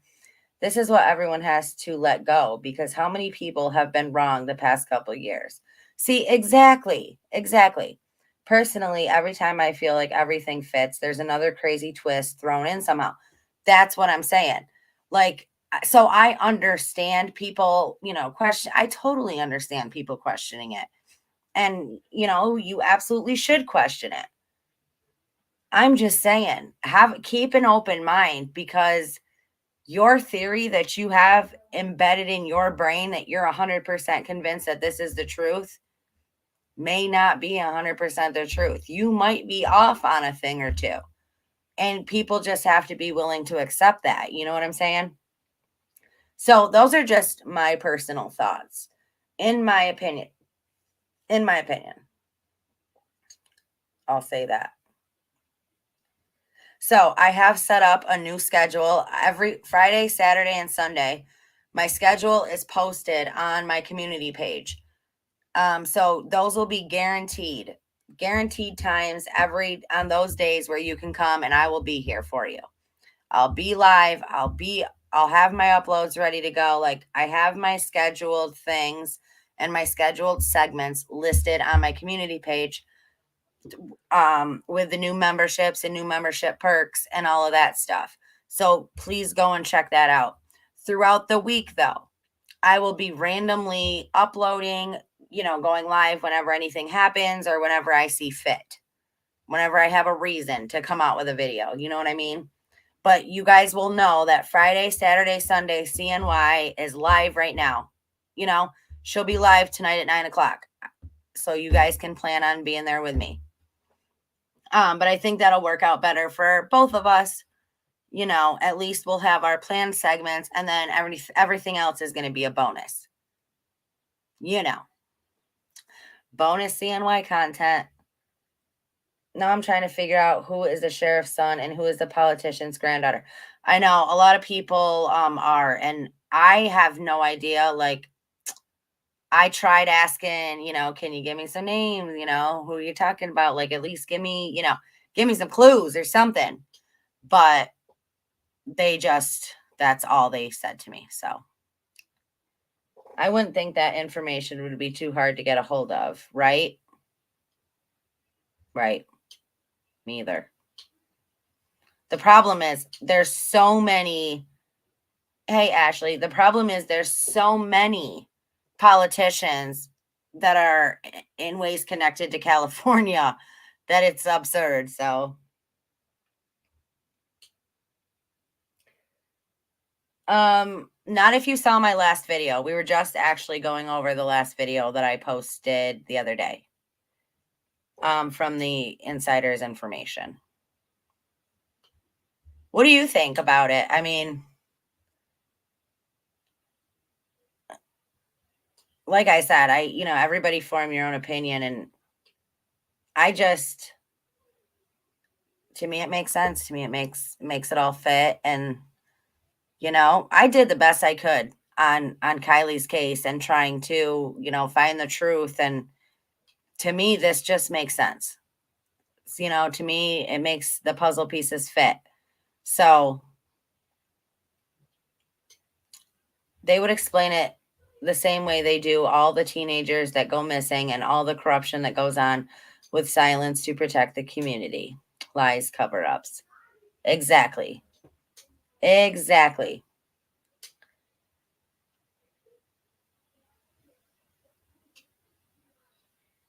Thank you for bringing the info to all of us, no matter what. I thought it was supposed to be tied to Pelosi as the politician.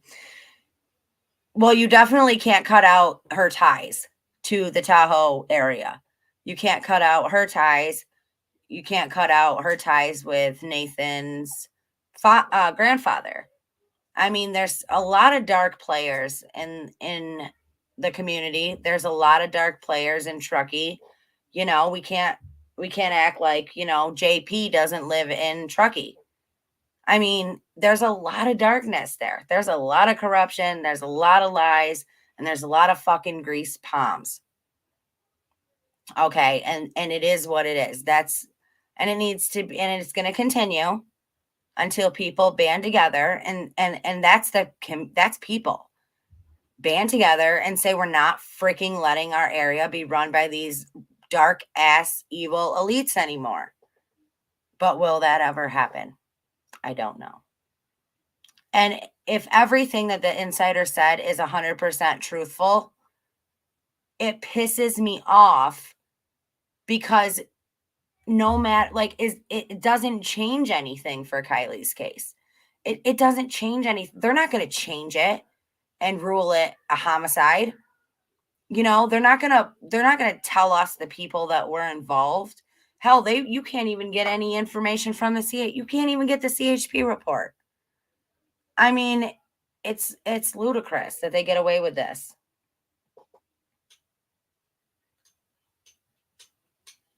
Definitely. All right, you guys, this has been a long one for me. Please hit that thumbs up. Please sub to the channel. Please consider becoming a member. And if you can, please consider a donation through Cash App, PayPal.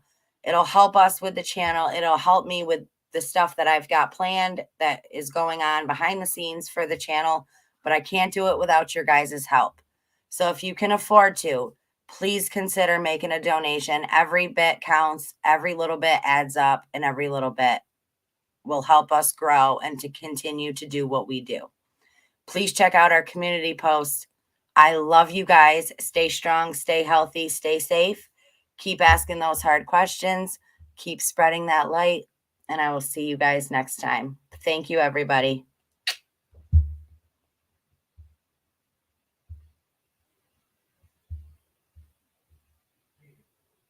Leave me your thoughts down below.